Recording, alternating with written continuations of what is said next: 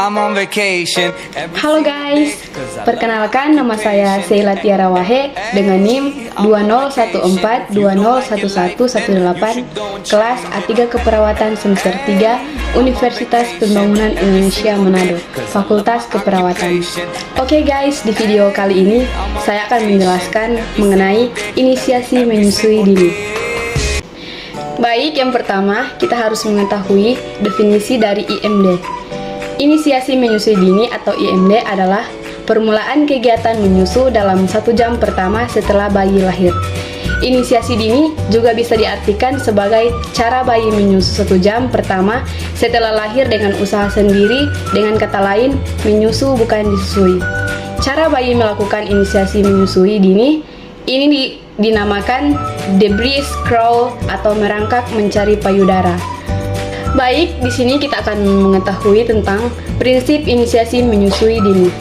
Prinsip IMD adalah cukup mengeringkan tubuh bayi yang baru lahir dengan kain atau handuk tanpa harus memandikan, tidak membungkus atau bedong, kemudian meletakkannya ke dada ibu dalam keadaan tengkurap, sehingga ada kontak kulit dengan ibu. Selanjutnya, beri kesempatan bayi untuk menyusu sendiri pada ibu pada 1 jam pertama kelahiran. Oke, setelah itu kita harus mengetahui manfaat inisiasi menyusui dini. Yang pertama, ibu. Sentuhan dan hisapan payudara ibu mendorong keluarnya oksitoksin. Yang kedua, bayi. Bersentuhan dengan ibu memberikan kehangatan, ketenangan sehingga napas dan denyut jantung bayi menjadi teratur. Manfaat secara psikologis. Yang pertama, adanya ikatan emosi atau emotional bonding. Yang pertama, hubungan ibu bayi lebih erat dan penuh kasih sayang. Yang kedua, ibu merasa lebih bahagia. Yang ketiga, bayi lebih jarang menangis. Yang keempat, ibu berperilaku lebih peka. Yang kelima, lebih jarang menyiksa bayi. Yang kedua, perkembangan anak menunjukkan uji kepintaran yang lebih baik di kemudian hari. Berikut adalah persiapan melakukan inisiasi menyusui dini. Yang pertama, pertemuan pimpinan rumah sakit, dokter kebidanan, dokter anak, dokter anestesi, bidan, tenaga kesehatan yang bertugas di kamar bersalin, kamar operasi, kamar perawatan ibu melahirkan untuk mensosialisikan rumah sakit sayang bayi. Yang kedua, melatih tenaga kesehatan terkait yang menolong, mendukung ibu menyusui, termasuk menolong IMD yang benar. Dan yang ketiga, setidaknya antenatal atau ibu hamil 2 kali pertemuan tenaga kesehatan bersama orang tua membahas keuntungan ASI dan menyusui, tata laksana menyusui yang benar, IMD termasuk inisiasi dini pada kelahiran dengan obat-obatan atau tindakan. Yang keempat, di rumah sakit sayang ibu, IMD termasuk langkah keempat dari 10 langkah keberhasilan menyusui. Oke, berikut tata laksana inisiasi menyusui dini. Menurut Depkes 2009, dalam buku pedoman pelaksanaan program rumah sakit sayang ibu dan anak, tata laksana IMD yaitu yang pertama, dianjurkan suami atau keluarga mendampingi ibu saat persalinan. Yang kedua, disarankan untuk tidak mengurangi penggunaan obat kimiawi saat persalinan. Dapat diganti dengan cara non-kimiawi, misalnya pijat, aromaterapi, atau gerakan.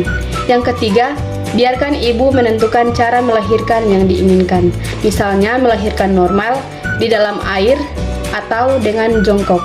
Yang keempat, keringkan bayi secepatnya, kecuali kedua tangannya, pertahankan lemak putih alami, atau vernix, yang melindungi kulit baru bayi. Yang kelima, bayi ditengkurapkan di dada atau perut ibu. Biarkan kulit bayi melekat dengan kulit ibu. Posisi kontak kulit dengan kulit ini dipertahankan minimum 1 jam atau setelah menyusu awal selesai. Keduanya diselimuti, jika perlu gunakan topi bayi. Yang keenam, biarkan bayi mencari puting susu ibu. Ibu dapat merangsang bayi dengan sentuhan lembut, tetapi tidak memaksakan bayi ke puting susu. Yang ketujuh, ayah didukung agar membantu ibu untuk mengenali tanda-tanda atau perilaku bayi sebelum menyusu. Yang kesembilan, bayi dipisahkan dari ibu untuk ditimbang, diukur dan dicap setelah 1 jam atau menyusu awal selesai. Prosedur yang invasif misalnya suntikan vitamin K dan tetesan mata bayi dapat ditunda. Yang ke-10, rawat gabung ibu dan bayi dirawat satu kamar selama 24 jam. Bayi tetap tidak dipisahkan dan bayi selalu dalam jangkauan ibu.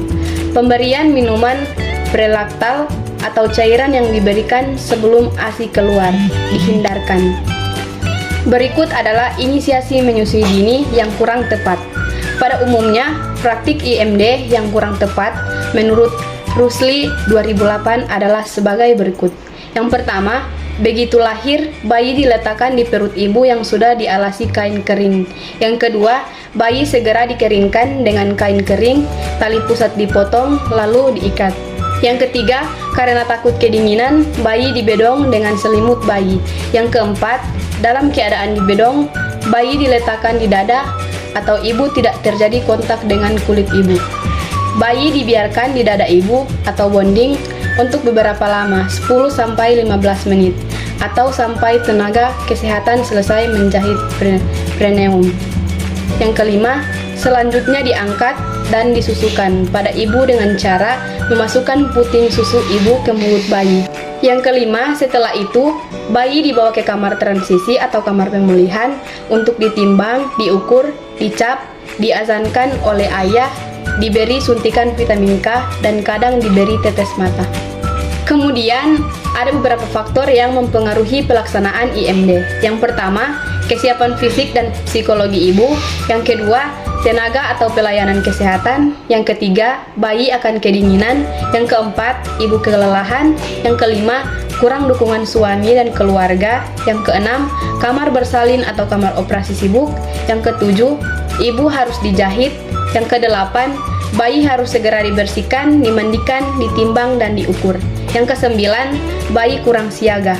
Kesepuluh, kolostrum tidak keluar atau jumlah kolostrum tidak memadai sehingga diperlukan cairan lain. Yang kesebelas, kolostrum tidak baik, bahkan berbahaya untuk bayi. Kemudian, faktor-faktor yang menghambat IMD. Yang pertama, faktor yang menghambat IMD pada persalinan normal yaitu pada persalinan normal diharapkan agar setiap ibu dapat mencapai keberhasilan, mampu melaksanakan program IMD tidak lebih dari 1 jam. Namun, pada kenyataannya ada beberapa ibu yang mengeluhkan beberapa hal yang dapat menghambat keberhasilan IMD. Beberapa hal yang dapat menghambat keberhasilan program IMD pada pasien dengan persalinan normal tersebut antara lain. Yang pertama, kondisi ibu yang masih lemah atau bagi ibu postpartum normal.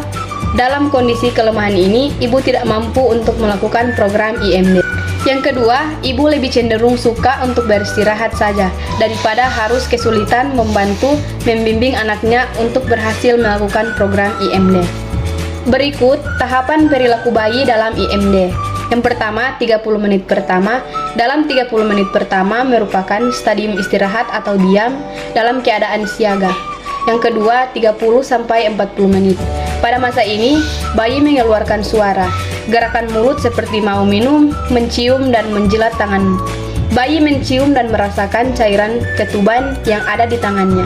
Yang ketiga, mengeluarkan air liur. Saat menyadari bahwa ada makanan di sekitarnya, bayi mulai mengeluarkan air liurnya. Yang keempat, bayi mulai bergerak ke arah payudara.